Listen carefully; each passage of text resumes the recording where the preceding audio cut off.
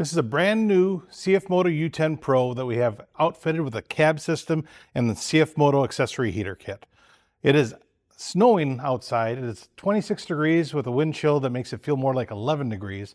So what I want to do today is drop this plow and take this thing out for a ride to see how well this cab actually keeps you warm in a real world winter storm. So let's get in the machine. Let's get right to it. All right, so we are in the cab of the U10 Pro. Again, this is not a Highland. I don't know if you can see it on frame, but this is the one in the last video I said there was missing a vent. So you can maybe see it, maybe not. But yeah, let's see how this thing does.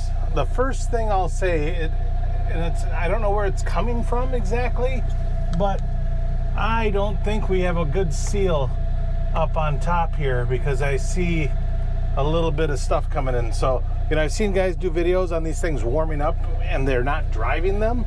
Well, I want to see how well this does driving it, in a snowstorm, and to see how well it'll keep you when you're actually using the thing. So we're gonna go for a cruise and see what it's all about. So maybe I'll put my locker on here and maybe throw it into four-wheel drive, because the roads are kind of not ideal right now.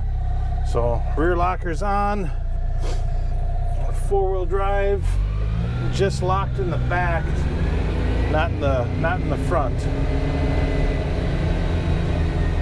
That way these back roads, they're not all that clean yet.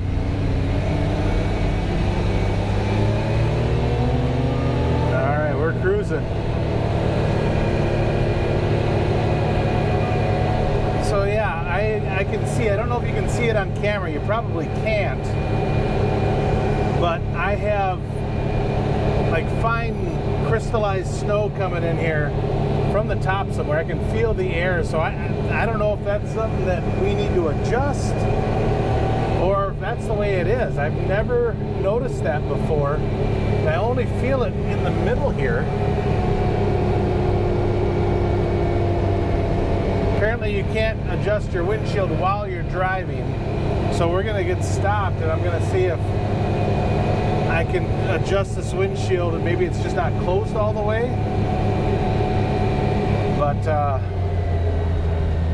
again, this is not a Highland model. This is a model that was accessorized with the Highland accessories. So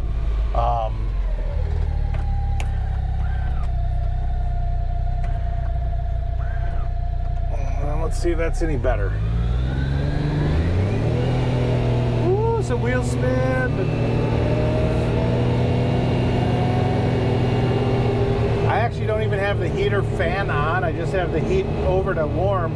I'm not wearing a jacket. That way I can kind of tell a little bit better on, if I'm getting air drafts and stuff. And I feel a little bit. These bottom corners of the windshield always have a little bit of a draft to them. And I can still feel the stuff coming in up top. Oh yeah, there's definitely still a draft up here. Yeah, I don't know if that's an adjustment or what, but it's still better than most, but that little bit of gap right here is not ideal. Now, it's not a super cold day. For you guys down south, it might sound like it is. I think it's like 25 degrees right now, something like that. And they said with the winds that we have, it feels more like 11 degrees. I don't even think it's that windy, so I don't know where they're getting that figure from. But I'm quite comfortable. I have the vents open, defrosting the windshield here. I can use my wiper so I can clear the way and see a little better.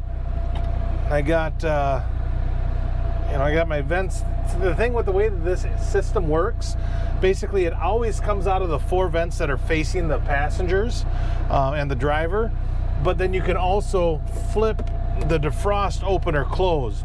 Regardless, you're always going to have heat coming at you. You can just add the defrost feature as well.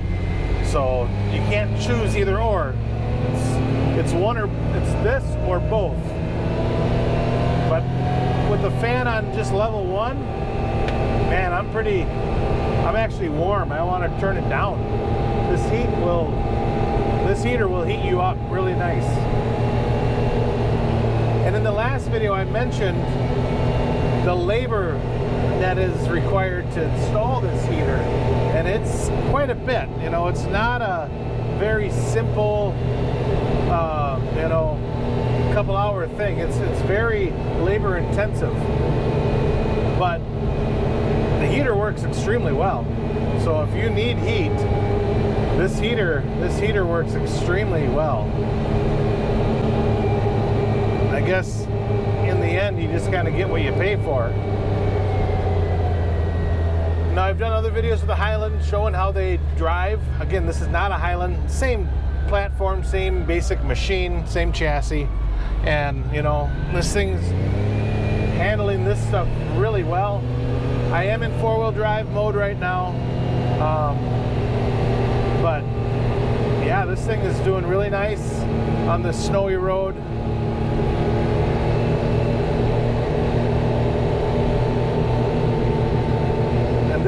This is why machines like this, cabbed with heat, are so popular in our area.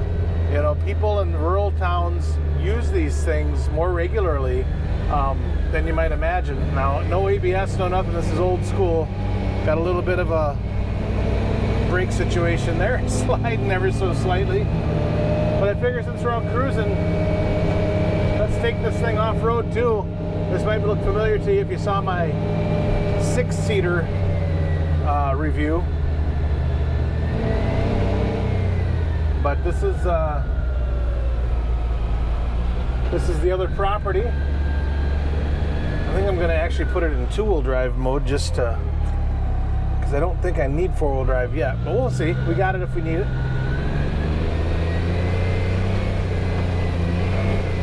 We are locked. This is bumpy for those of you that remember. I have a Celsius with me, so for now I'm going to hold on to this thing so it doesn't get bounced around much.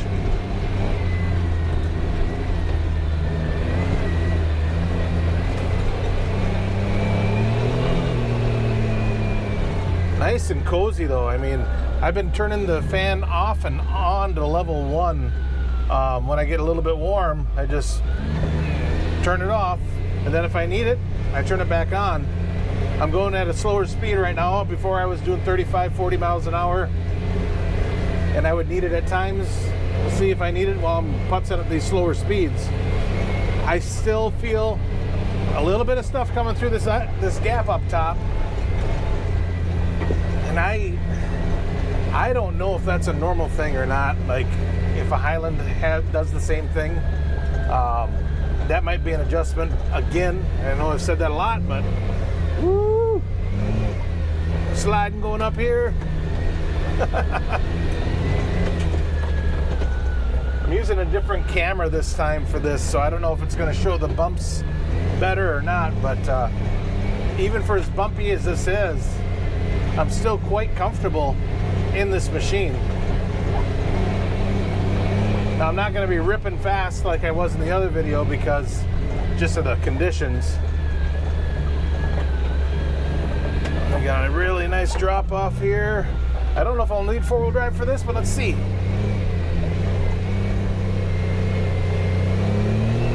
A little bit of tire slip, but she made it up just fine.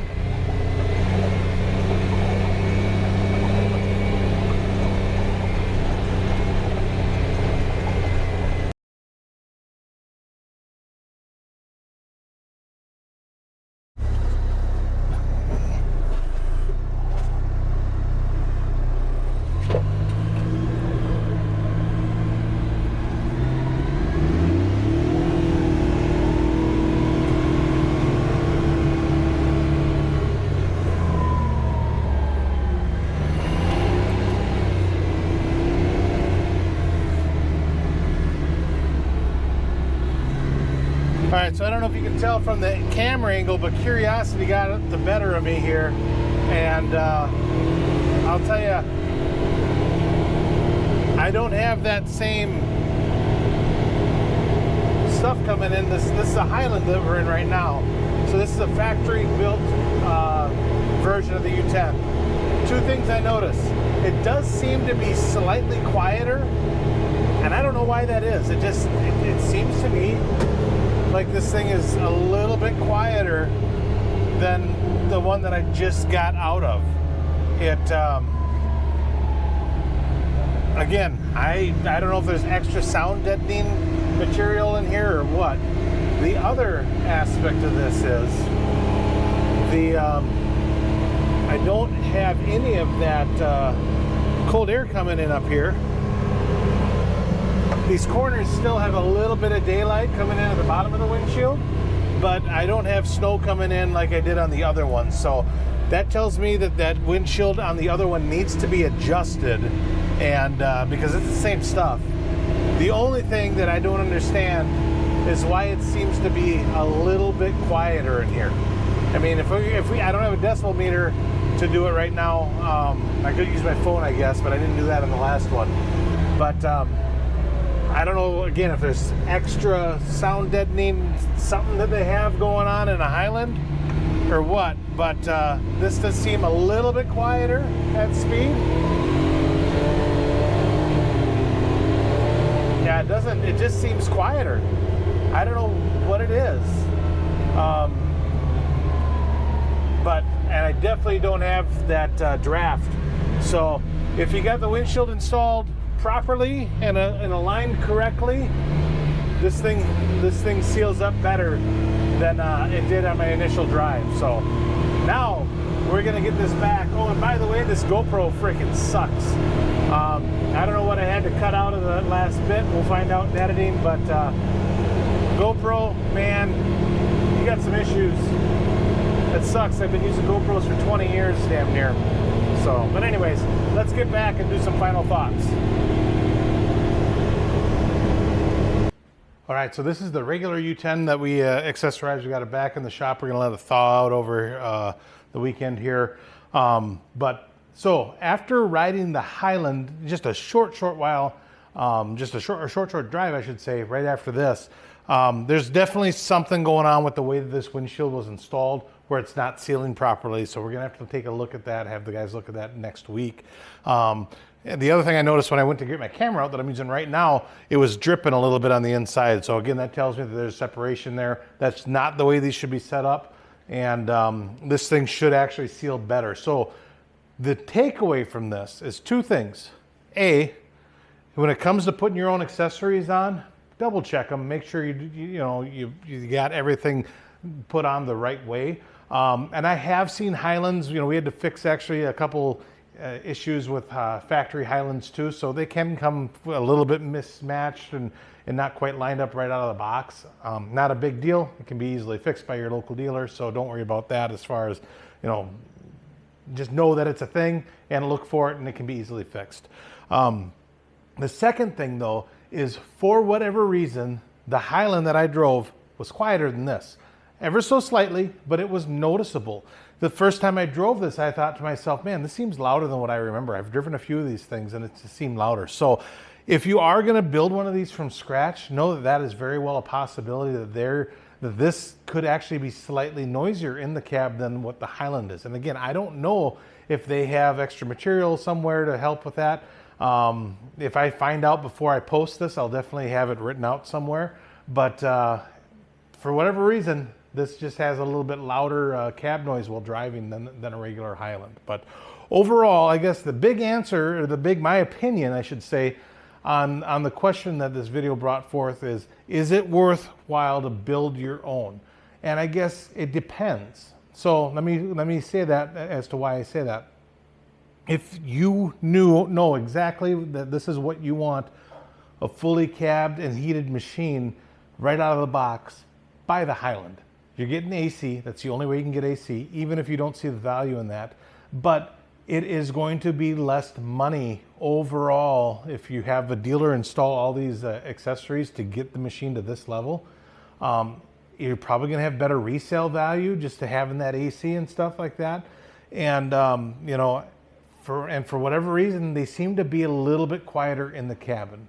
Now, where this stuff makes a lot of sense is if you already have a U10 platform machine and you are looking to either buy a Highland or and you don't need the AC, you know, and you wanted to add the stuff to it because you already have one. Then I'd say, you know, take a look at it, and but maybe in the heater category, maybe look at some aftermarket options. Now, the CF Moto stuff, again, looks factory, it looks great, and it works extremely well, but you do pay for it. You know, it's a lot more labor intensive. Again, I said in the prior video, you do have to remove the intake manifold of the engine in order to install the factory accessory heater from CF Moto.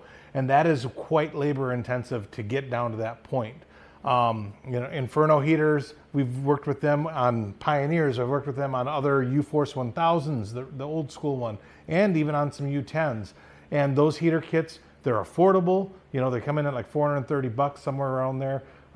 They maybe a little bit more, I don't remember. But the labor involved in installing one of them is a lot more manageable as well. So if you're looking to build one of these, all the other accessories that CF Moto offers as far as the doors and as far as the glass and the headliner, all that stuff is great. The heater, it's great. It's not the most cost-effective thing out there. So hopefully that answers the question for you. And you know what, if you're in the area, you know, we're from Chippewa Falls, come on down to the dealership that I work at here and ask us. We'll be honest with you and we'll tell you our opinions. Heck, and you can drive the machines back to back and see for yourself what you think. So anyways, as always, if you got questions, please leave them in a comment below. I'll get to them as soon as I can. I hope this video helped you and helped the decision-making process become a little bit easier. But again, if you got questions, drop them below. I'll get to them as soon as I can. Always, thank you for watching. If you haven't subscribed, please subscribe for more content like this. I plan on doing some more winter ATV, UTV stuff throughout the course of the year. And you know what? Maybe in on a little bit more of that Honda information as we learn more about it. But anyways, as always, don't forget to enjoy the ride. We'll see you on the next one.